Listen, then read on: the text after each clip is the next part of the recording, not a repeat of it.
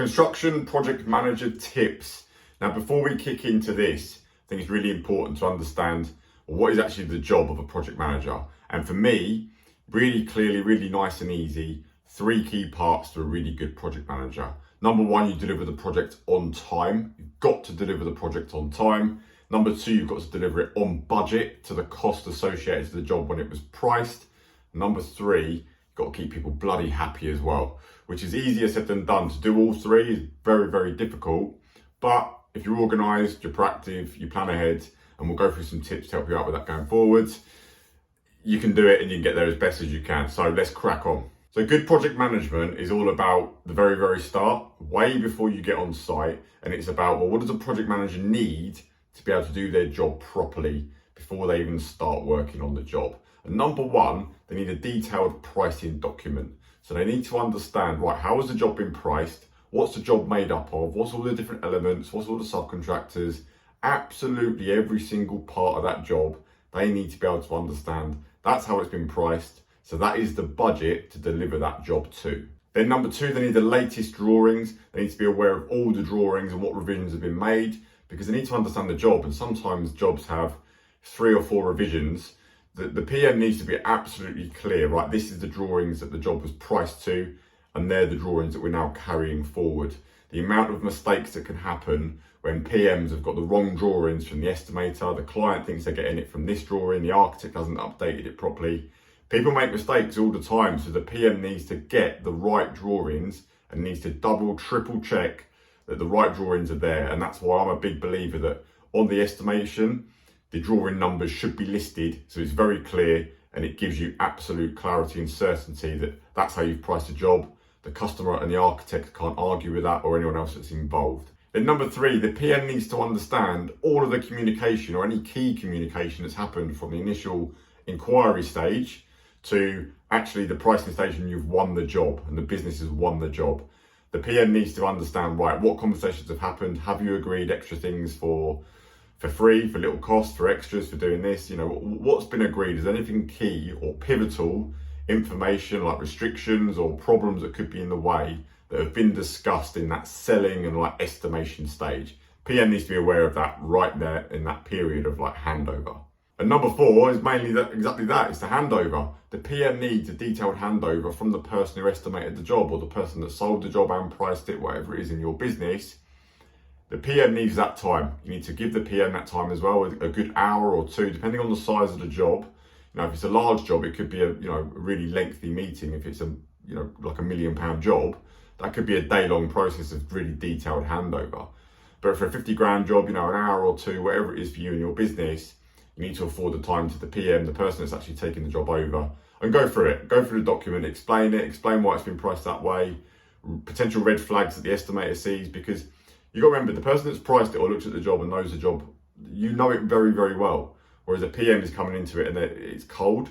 So they need to understand all your methodology of how you've priced it, how you've worked it out, what subcontractors you may have used or allowed for, the whole thing to do a really detailed handover.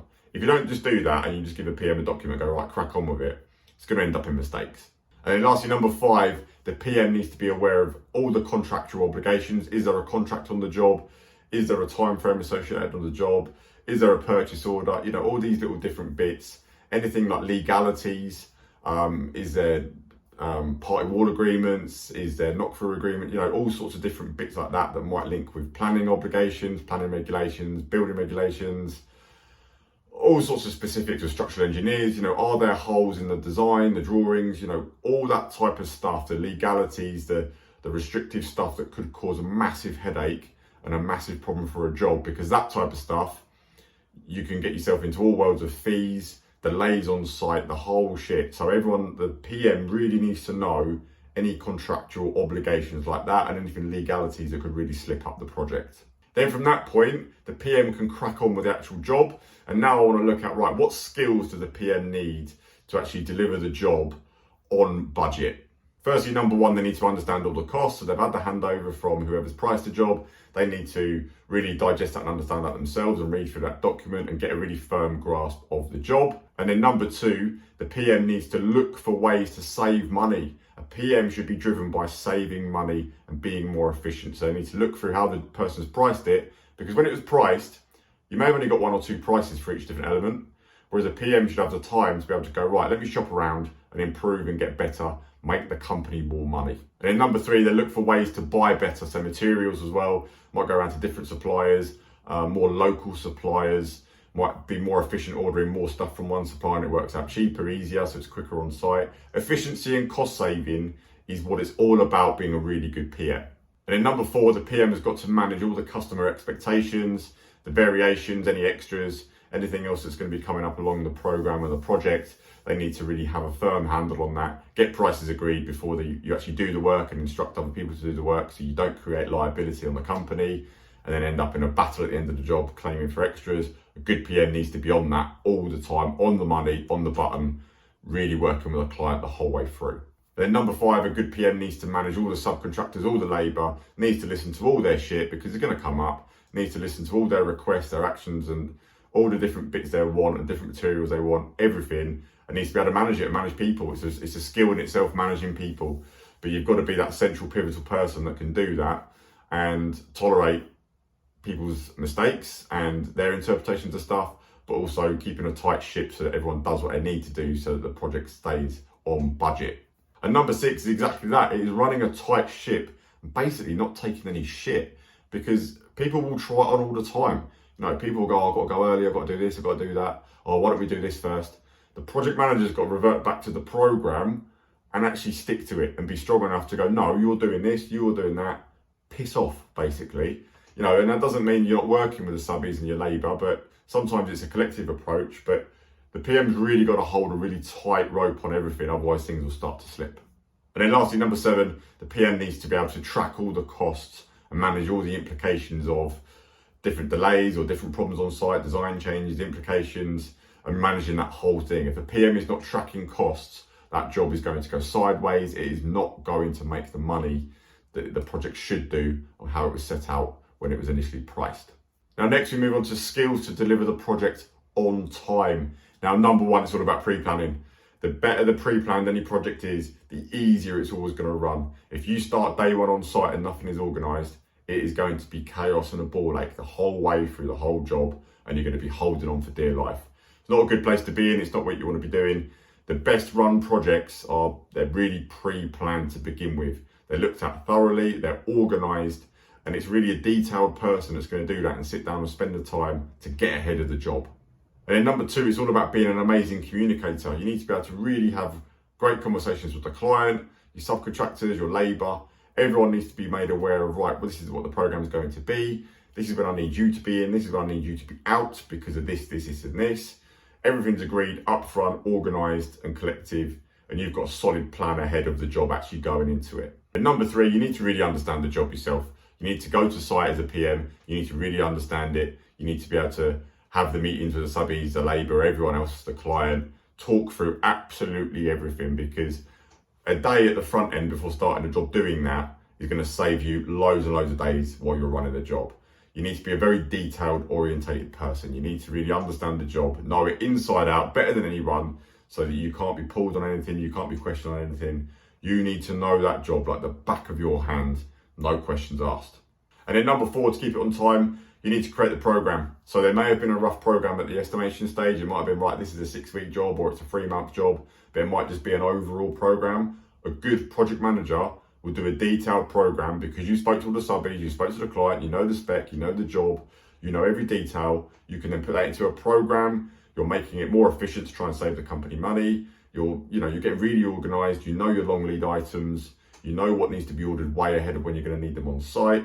A really detailed program is going to show you that and be able to really run a job nice and smooth. And that program is the Bible, because everything's built around that program, and that's what a good PM would really do. And then next, the PM skills to keep everyone happy, which is, wow, it's a $1 million question. It's the hardest thing in the world to do, but it all starts with the communication at the very front.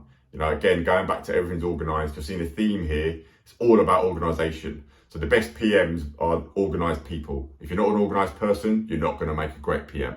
Number two, you agree the final price on everything beforehand as best you can. Some things you have to work out as you go. It's the nature of construction, but you want to really get all prices agreed, orders sent to people, numbers are agreed, because that's where it always breaks down. It always breaks down on the financials. When subbies aren't clear what they're getting paid, and it's this mentality of, yeah, just go to the job next week and see how you get on and see how long it takes and then invoice me. That is a recipe for disaster. That's a recipe for a car crash. If the financials all agreed up front, doesn't lead into problems later on. Then number 3, you have a detailed pre-start meeting with the client before the job starts. You go through all the health and safety, you go through the specs, the finishes, exactly what they are getting, what they're not getting, so everything's clear, it's all out on the table, everyone's on board. They know when you're going to be turning up on day one, they know where you're going to be putting materials, they know that there's going to be noise, they know that you're going to clean it, you know where the skip's going. Everything, absolutely everything needs to be done on that pre-start meeting with the client so that they're prepared, everyone's organised, it's all good to go. And number 4, keeping everyone happy is reviewing stuff all the time. You know, it might be every day to begin with when you're starting a big job because there's a lot going on. But then that might move to weekly depending on the job and what's going on site, how many subcontractors there, how many different trades are on site. You've got to be communicating all the time. You know, it's a constant thing. Some people you will need to speak to every day as a PM because they're that type of people, and you need to go through the next day. You've got to find the groove on what works for people and who you can sort of leave to get on with their work, and others might need more. Some clients need more communication than others. The art is juggling that as a PM. So next we move on to who makes the best PM. Now for me, this is a really hard one to crack, and it's something that we struggle with a lot, of finding the right people that are PMs. But for me, number 1, the best PMs, they're financially minded people. They're actually more like a quantity surveyor, an estimator mind, because they understand numbers, costs, implications. They're the best minded people. If you had a split in the middle and you were biased more towards financially minded people or people, you'd want more towards a financially orientated person who gets finances. Number 2, a PM needs to be an executor. They need to be that person that just gets shit done. Like they get it, they want to get it done now, today. It needs to happen today. Let's get things done. The PM sets the pace. So you've got to be a pace setter and actually make things happen on site. And that leadership just rubs off on everyone else on the job. Number 3, you do need to be a people person, because this is what I said a bit earlier. If you're so too far financially minded and you don't give a shit about people, you're never going to be able to organise them and lead them. So it needs that people person skill as well. And it is the art of project management. You've got to be a people person.